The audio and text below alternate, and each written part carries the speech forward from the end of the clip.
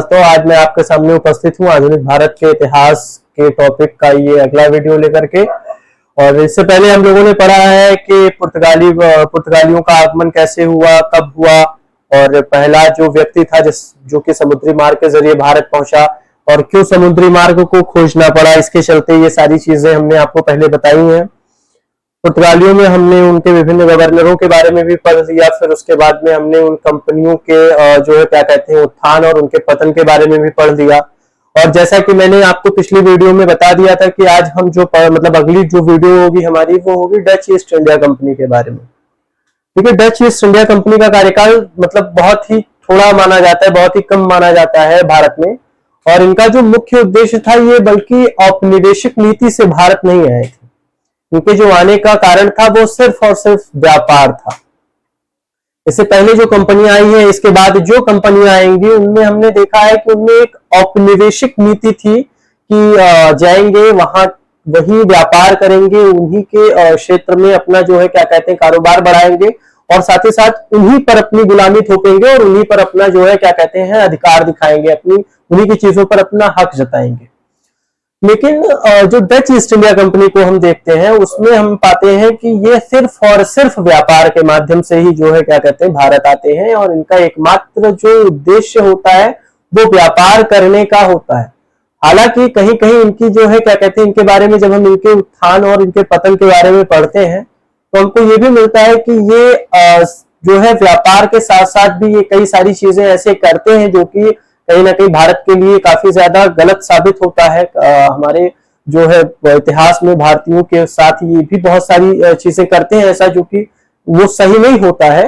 एक जो है क्या कहते हैं व्यापार के नियम से देखा जाए तो वो कहीं ना कहीं थोड़ा सा ठीक नहीं होता है, लेकिन फिर भी ये उतने हद तक गलत नहीं, उतने हद तक ये जो है क्या कहते हैं अपनी चीजों को नहीं थोपते हैं भारतीयों पर जितने हद तक बाकी सारी कंपनियां थोपती हैं।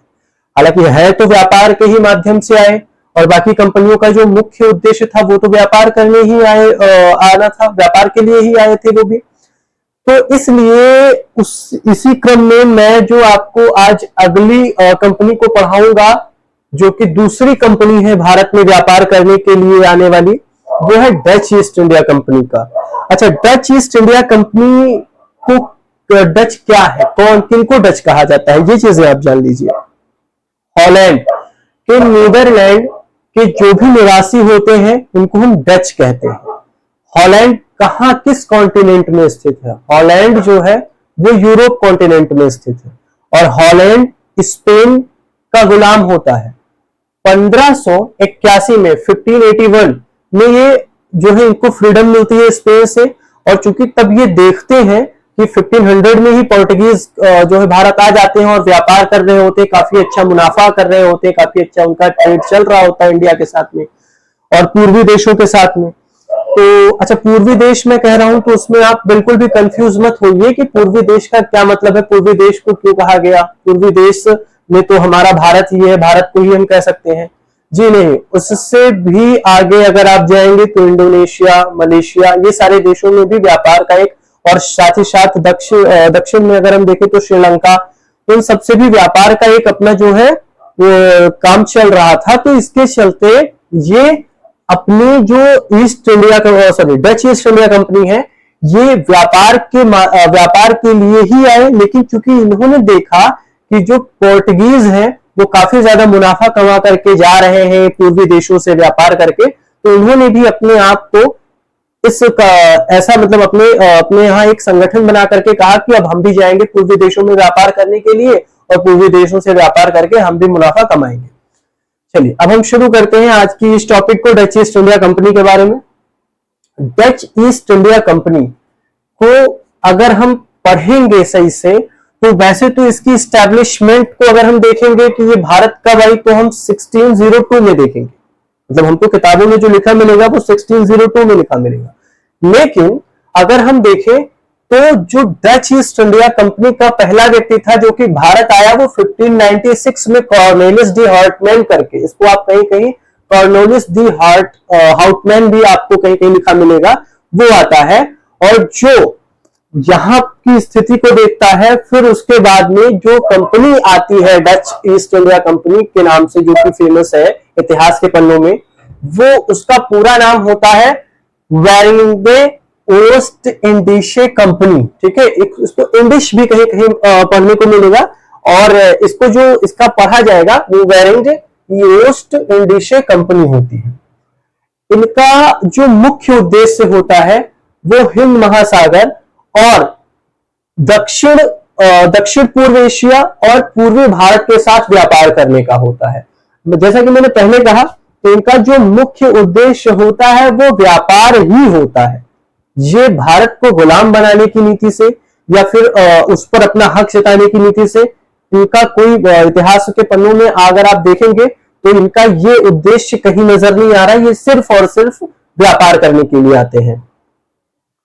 डच कंपनी का पहला गवर्नर जो होता है वो जनरल पीटर बोथ होता है। ठीक, फिर उसके बाद में अगला पॉइंट अगर आप देखेंगे, जिसको हम बीओसी शॉर्ट में कहते हैं, या आप कह सकते हो वेरिंगे ओस्ट इंडिशे कंपनी, यानी कि डच ईस्ट इंडिया कंपनी ने कई युद्ध लड़े हैं अपने भारत में, जिसमें जो इनका प्रमुख युद्ध है वो एंग्लो डच युद्ध, बेदरा युद्ध, कोलाचेल और डच पुर्तगाली युद्ध, जिसमें इनके लिए जो सबसे ज्यादा मतलब जिसमें इनका मनोबल बहुत बढ़ता है वो डच पुर्तगाली युद्ध होता है। डच पुर्तगाली युद्ध में मनोबल इनका क्यों बढ़ता है?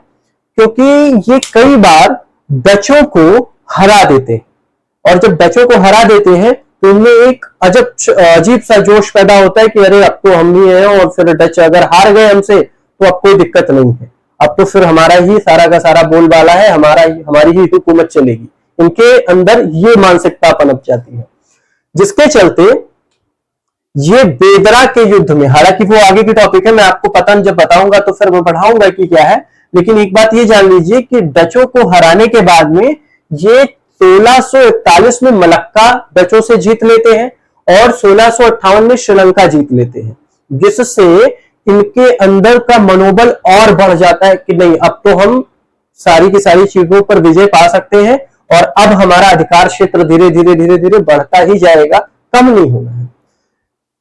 लेकिन किस्मत का खेल कुछ और ही है, इतिहास को कुछ और ही मंजूर था। हमें पढ़ना था ईस्ट इंडिया कंपनी, हमें पढ़ना था ब्रिटिश ईस्ट इंडिया कंपनी, जिसके लिए बहुत सारी क्या कहते हैं, इतना लंबा आधुनिक भारत का इतिहास का पूरा का पूरा जो है क्या कहते हैं लेख उसी पर आधारित है। मुझे तो लग रहा है ये स्टार्टर है। आप जब कहीं कोई बड़े से होटल में खाना खाने जाइए तो वहां के जो मेन्यू होता है, वहां का जो मेन्यू कार्ड होता है उसमें आता है, तो उसमें स्टार्टर पहले लिखे होती है, ये तो स्टार्टर है सब। तो बस पुर्तगाली और ये जो डच है ये तो स्टार्टर है, आपका मेन तो कुछ और ही है। मेन आपका खाना तो अभी ब्रिटिश ईस्ट इंडिया कंपनी है, जिसको आप बड़े स्वाद के साथ खाएंगे, पढ़ेंगे, मेरा मतलब है बड़े ही स्वाद के साथ। उसमें बहुत सारी इंटरेस्टिंग चीजें हैं, बहुत जिसका आप बेसब्री से वेट कर रहे हैं। और मैं भी अब चूंकि एक अध्यापक होने के नाते सारी चीजों को बताने के बाद ही हम लोग शुरू करेंगे, जो भी अपना पढ़ेंगे वो सीरियल वाइज पढ़ेंगे और एक क्रमबद्ध तरीके से पढ़ेंगे।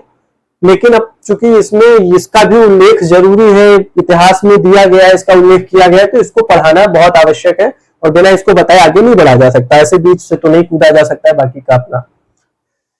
तो देखिए इन्होंने मसाले और कपड़े, हाँ इसमें क्या आपने देखा, यूसी ने बहुत से युद्ध लड़े, जिसमें एंग्लो डच युद्ध, बेदरा का, कोलाचेल और डच पुर्तगाली युद्ध है।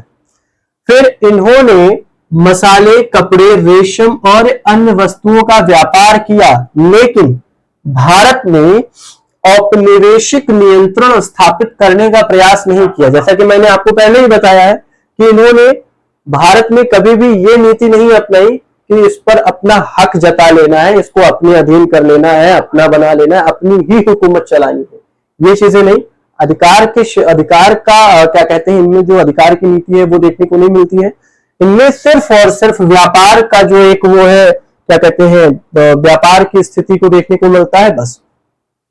हालांकि कहीं कहीं अब चूंकि जो व्यापार करने आया है तो कहीं कहीं इनमें हमें बहुत सारी चीजें देखने को मिल रही है जो कि भारत के लिए सही नहीं है, जो कि हमारे इंडिया के लिए सही नहीं है, जो कि जो क्षेत्र है, क्षेत्र के लोगों के लिए सही नहीं है। जब हम बहुत विशेष रूप से विस्तृत पढ़ाई इसके बारे में करेंगे। तो इनमें कुछ चीजें हैं जो इनमें कमियां हैं, कुछ चीजें हैं जो इनमें दोष है, लेकिन फिलहाल के लिए ये मान के चलिए कि ये औपनिवेशिक नीति या फिर नियंत्रण स्थापित करने के माध्यम से भारत नहीं आते हैं।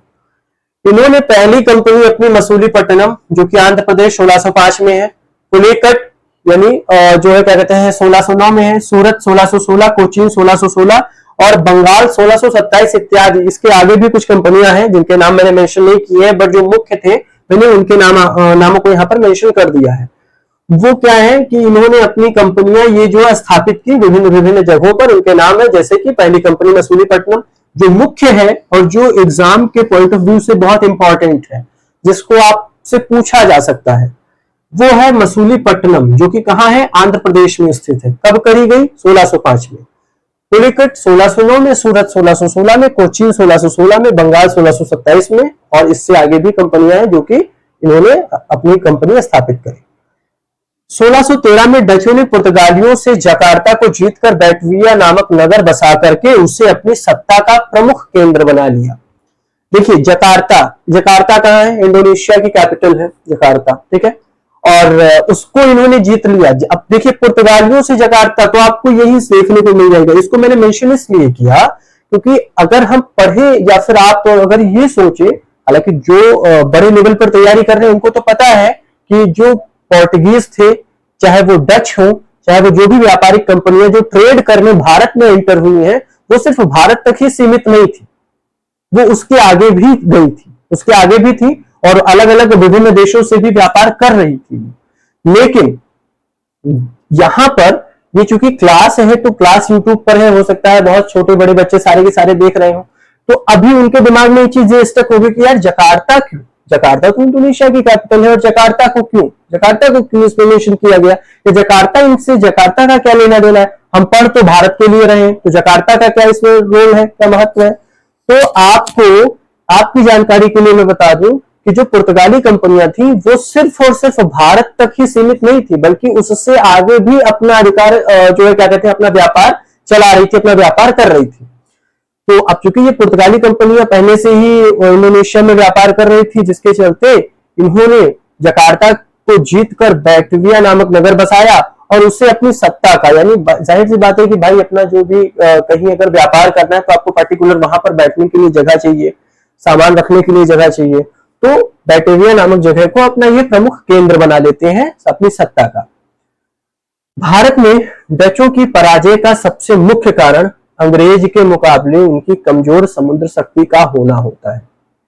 भारत में डचों की पराजय का मतलब यह है कि अब भाई देखो, जो आया है वो जाएगा, जिसका उदय हुआ है उसका अस्त होना निश्चित है। इस दुनिया में कोई भी हमेशा के लिए नहीं है, ये सर्वदा सत्य, यूनिवर्सल ट्रूथ है, इसको कोई नकार नहीं सकता। चाहे वो व्यक्ति हो, चाहे वो वस्तु हो, चाहे वो कोई भी कंपनी हो, चाहे वो कोई भी हो, जो आया है उसका जाना तय है। जो आज हंस रहा है उसका रोना तय है। जो आज पढ़ रहा है भविष्य में उसका क्या कहते हैं खुश होना तय है।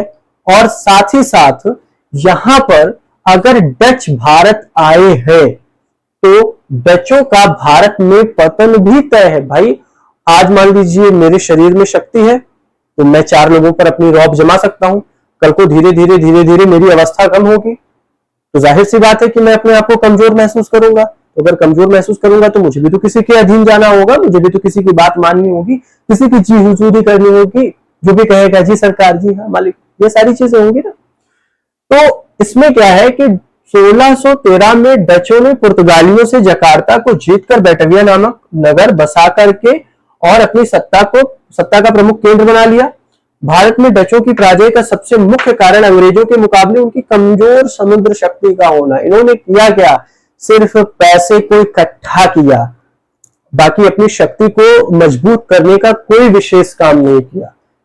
भाई अगर मान लीजिए आपका कोई व्यापार है, आपने एक छोटी सी दुकान डाली या आपने कोई व्यापार शुरू किया, अब आप उसमें से जो भी आपके यहाँ सामान है, जो बिक रहा है, उसको आप अपने जेब में डाल रहे हो तो एक दिन धीरे धीरे करके पूरी दुकान खाली हो जाएगी। भाई आप अगर सामान लेके आए हो और अगर आपका सामान बिक रहा है और उसका पैसा आपको मिल रहा है तो जाहिर सी बात है कि आप उसमें दूसरा सामान डालोगे, तभी तो आपका व्यापार लंबे समय तक टिका रहेगा। और सिर्फ आप उस अपने व्यापार के माध्यम से सिर्फ अपनी जेब भर रहे हो, आपको पता ही नहीं कि आपका कौन सा सामान है, कौन सा सामान नहीं है। आपको पता ही नहीं कि आपके यहाँ वर्कर है वो सही है कि नहीं है। आपको पता ही नहीं कि कितने वर्कर बचे, कितने वर्कर भाग गए। तो फिर आपका कितने दिन तक जो है क्या कहते हैं आपका व्यापार क्षेत्र बना रहेगा, आप मुझे बताएं। कितने दिन तक आपकी वो दुकान सही सलामत रहेगी। ठीक उसी प्रकार इन्होंने सिर्फ और सिर्फ अपना व्यापार पर ही ध्यान दे करके अपनी शक्ति को बढ़ाना नहीं इसे जरूरी समझा, जिसके चलते इनको पराजय का सामना करना पड़ा, जिसके चलते इनको हार का सामना करना पड़ा। उसमें एक चीज और है, पुलिकट में पैगोड़ा नामक स्वर्ण सिक्के चलाए गए। नील सूती वस्त्र शोरा मसालों का व्यापार डचों ने किया। ठीक, ये सही है। अगर इसमें एक चीज ये भी पूछा जा रहा है कि डचों ने कौन कौन से व्यापार किए, तो आप बता सकते हैं कि नील सूती वस्त्र सोरा मसाले का व्यापार, ये सारे के सारे व्यापार डचों ने किए। इनके पतन का मुख्य कारण क्या था? बेदरा का युद्ध 1759 में लड़ा गया। नेतृत्व के क्लाइव में नेतृत्व करता था वो रॉबर्ट क्लाइव था, उसके नेतृत्व में लड़े गए। और एक चीज मैं बता दूं, जब ब्रिटिश ईस्ट इंडिया कंपनी, ठीक है, जिसको हम मुख्य रूप से ईस्ट इंडिया कंपनी के नाम से इतिहास के पन्ने में जानते हैं, वो भारत आई तो उसने देखा कि ये डच और पोर्टुगीज ये आपस में ही लगे पड़े हैं। ये उनको मार रहे हैं, वो उनको मार रहे हैं, ये उनपे अपना अधिकार जमाने की कोशिश कर रहे हैं, वो उनपे अपना अधिकार जमाने की कोशिश कर रहे हैं। दो सगे भाइयों की लड़ाई में पड़ोसीबाजी मार जाता है। मतलब कि ये भाई यूरोप कॉन्टिनेंट से आया पोर्टुगीज, यूरोप कॉन्टिनेंट से आया डच, अब है तो एक ही जगह के। तो अब क्या हो रहा है कि इसमें जो है ब्रिटेन से आई company, British East India Company क्या कर रही है कि जो है वो अपना बाजी मार जा रही है, और पहले पुर्तगालियों को, फिर उसके बाद में जो है डचों को मार के भगा दे, बक यहां से निकलो, चलो तुम्हारा काम खत्म है। अब वो अपना व्यापार क्षेत्र धीरे धीरे करके बढ़ाती है, और उसके बारे में तो आपको पता है कि बहुत 200 सालों तक हुकूमत उसने करी है। तो इन सारी चीजों के बारे में हम इसमें जानेंगे। अब जो आपका अगला है कि नौशक्ति का कमजोर होना, मसालों के द्वीप यानी इंडोनेशिया पर अपना अधिक ध्यान देना, इनका ये मुख्य कारण है इनके पतन का। अब इसमें जो आपको अगला जो आपकी अगली जो टॉपिक होगी आपकी, वो होगी ईस्ट इंडिया कंपनी, जो कि क्लास के क्रम में जो मैं आपको अगली क्लास दूंगा वो क्लास होगी ईस्ट इंडिया कंपनी की और ब्रिटिश ईस्ट इंडिया कंपनी की। और आपने अभी तक पढ़ा है, जो भी आपने चीजें देखी हैं मेरे माध्यम से, जितनी भी कोशिश मैंने करी है, जितनी भी क्लासेस मैंने कराई हैं, उसमें मेरी कोशिश यही है कि मैं आपको कम जो है समय में ज्यादा से ज्यादा चीजें बता पाऊं। और मेरी कोशिश लगातार जारी है कि मैं चाह रहा हूं कि आपको एक, अगर जो भी बच्चे मुझे जानते हैं या इस ऑनलाइन प्लेटफॉर्म के माध्यम से मुझे देख रहे हैं, वो ये जरूर पढ़ें और इन चीजों को जरूर जानने की कोशिश करें कि इतिहास, जो कि किसी किसी के लिए बहुत बोरिंग सब्जेक्ट होता है, किसी किसी के लिए बहुत इंटरेस्टिंग सब्जेक्ट होता है, वो वाकई में इंटरेस्टिंग सब्जेक्ट ही है। जिसने इतिहास को जाना है, जिसने अच्छे से पढ़ा है, वो ये जानता है कि बिना इसे पढ़े आप किसी भी नौकरी को आप, या फिर किसी भी ग्रुप की नौकरी को, कोई भी, चाहे वो किसी भी कैटेगरी की नौकरी हो, उसको आप नहीं पा सकते। आपको इतिहास पढ़ना ही पढ़ना पड़ेगा। जीएस का पार्ट है वो आपको पढ़ना ही पढ़ना है। और हमको चूंकि पढ़ने और पढ़ाने का हर किसी का अपना अपना मेथड होता है, पढ़ने का किसी किसी का तरीका होता है, पढ़ाने का किसी किसी का अपना अपना मेथड होता है। तो मैं मेरे हिसाब से कोशिश यही कर रहा हूँ कि मैं आपको बेहतर क्लास दूं और बेहतर चीजें समझाने की, बेहतर से बेहतर तरीके से मैं समझाने की कोशिश कर रहा हूँ, आसान शब्दों में समझाने की कोशिश कर रहा हूँ। और जो मेरा उद्देश्य है वो ये है कि चाहे वो किसी भी लेवल पर बच्चा हो, चाहे वो छोटे क्लासेस में रह रहा हो, चाहे वो बेसिक लेवल पर हो, चाहे वो बिगिनर्स हो, चाहे वो बहुत ही अच्छे एडवांस लेवल पर हो।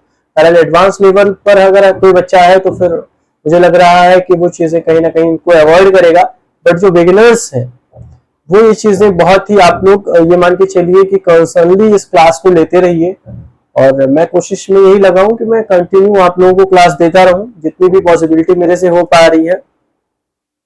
और इसका कोई भी उद्देश्य एडवर्टाइजमेंट का नहीं है, कोई भी ये उद्देश्य नहीं है कि आप इससे मोनेटाइजेशन का कुछ भी अपना वो हो या फिर मोनेटाइज हो। बस कोशिश सिर्फ और सिर्फ इतनी है कि हाँ, आप पढ़े और मैं पढ़ाऊं। मेरा एकमात्र उद्देश्य ये है कि आप पढ़े, और जितनी मेरी क्षमता है, मैं ये तो नहीं कहूंगा कि मैं जो है क्या कहते हैं आपको सारे सब्जेक्ट्स में या फिर जो भी चीजें हैं जितनी भी मैं कोशिश करूंगा कि आपको सुबह से शाम तक क्लास ही प्रोवाइड करवा दे रहा हूं। बट जितनी मेरी क्षमता है, बहुत बड़ी बातें नहीं हो पाएंगी मेरे से, लेकिन जितनी मेरी क्षमता है मैं उस हिसाब से आपको क्लास प्रोवाइड करवाता रहूंगा। एक बात और, आपके पढ़ने के कई सारे जो है क्या कहते हैं तरीके हो सकते हैं, बट उसमें सबसे बढ़िया एक तरीका जो है वो है हैंड रिटन नोट्स। आप सेल्फ हैंड रिटन नोट्स बनाइए, अपने शब्दों में आप लिखिए, क्योंकि समझ में आपको आपके ही शब्द आएंगे। किताब का मैंने खुद यही चीजें करी है, मैं आपको कभी अपने नोट्स दिखाऊंगा तो मैं आपको दिखाऊंगा। मैंने किताबों को पढ़ा और फिर उसके बाद में, जैसे मैं आपको एक दिखा रहा हूं, रुकिए, मेरे पास किताबें हैं, वो आधुनिक भारत के इतिहास है। ये एक बुक है, इतनी मोटी सी ये बुक है, और इससे मैंने पढ़ाई करी है और मैं पढ़ रहा हूं, इससे अभी भी चीजों को पढ़ रहा हूं। आधुनिक भारत के इतिहास है, और इसको मैंने अपने आप से नोट डाउन किया है। फिर मैंने अपने जो क्या कहते हैं प्रिपरेशन पीरियड में मैंने इसको पढ़ा है, और फिर उसके बाद में मैं आज इस लायक हूं कि मैं पढ़ा पा रहा हूं आप लोगों को, या इस लायक हूं कि मैं कैमरे के सामने खड़े होकर के बोल पा रहा हूं। तो इसके लिए मैंने कोशिश करी, इसके लिए मैंने मेहनत करी, इसके लिए मैंने पढ़ाई करी है, तब ये चीजें हो पाई हैं। और पढ़ाई हमेशा नौकरी के लिए नहीं होती है, पढ़ाई हमेशा अपने फ्यूचर के क्रिएशंस के लिए होती है। आप अपना फ्यूचर क्रिएट कर रहे हैं, आपको पढ़ाई इसलिए करनी है कि अगर आपको 1000 आदमियों के बीच में खड़े होकर के कोई सवाल पूछना है, तो आपको हेजिटेशन ना हो कि सामने बैठा व्यक्ति मुझसे ज्यादा समझदार है, तो शायद मेरे सवाल पूछने का तरीका उससे अच्छा लगे या ना लगे। पढ़ना इसलिए भी है कि यदि आपके माता पिता से कोई बड़े लेवल का अधिकारी कोई कुछ भी बातें कर रहा है और वो अपने ओहदे का रौब जमा करके बोल रहा है, तो आप उससे ये बात कर सके, ये पूछ सके कि आप इस तरीके से बात क्यों कर रहे हैं, किस लिए कर रहे हैं। यदि कोई बात है तो आप उसको शालीनता से भी कर सकते हैं। आपको पढ़ाई इसलिए भी करनी है कि जब आप अपने से छोटे या अपने से बड़े के बीच में कुछ बोल रहे हो, तो आपको वहां पर बैठे या खड़े व्यक्ति आसानी से और अच्छे से समझ सके और सुन सके, कोई आपकी बातों पर कटाक्ष न करे। तो ये सब तभी पॉसिबल है जब आप दिल से और आप अच्छे से पढ़ेंगे। उसका एकमात्र तरीका ये है कि आप जब भी किताब खोल के बैठें, देखिए सुबह से शाम तक बैठना 14-15 घंटे की पढ़ाई, मैं समझता हूं कि मतलब मेरे से तो नहीं हो पाई, मैं नहीं कर पाया। अब मैं ये नहीं कहता हूं कि कोई कर ही नहीं सकता, करते हैं बच्चे, बहुत से बच्चे करते हैं, लेकिन ये थोड़ा सा मतलब रेयरली जो है, ये मान के चलिए 100 में 30% बच्चे ऐसे होते हैं जो 15 से 20 घंटे की पढ़ाई पढ़ ले रहे हैं। बाकी मुझे लग रहा है कि अगर आप दिल से पढ़े तो आपके लिए 6-7 घंटे की पढ़ाई भी, चाहे वो आप किसी भी लेवल की तैयारी कर रहे हो, 6-7 घंटे की पढ़ाई भी आपके लिए पर्याप्त है। और आप 24 घंटे को अपना डिवाइड कर लें, जिस तरीके से आप अपना टाइम टेबल सेट कर सकते हैं करिए, फिर उसके बाद में आप अपनी पढ़ाई को कंटिन्यू कर सकते हैं। आप कोई भी काम करते करते भी आप अपनी पढ़ाई कर सकते हैं। आपको आपके पास ये जो है ना, ये स्मार्टफोन, इसमें दुनिया का संपूर्ण ज्ञान है, इसके पास हर एक जानकारी है, अच्छी भी बुरी भी।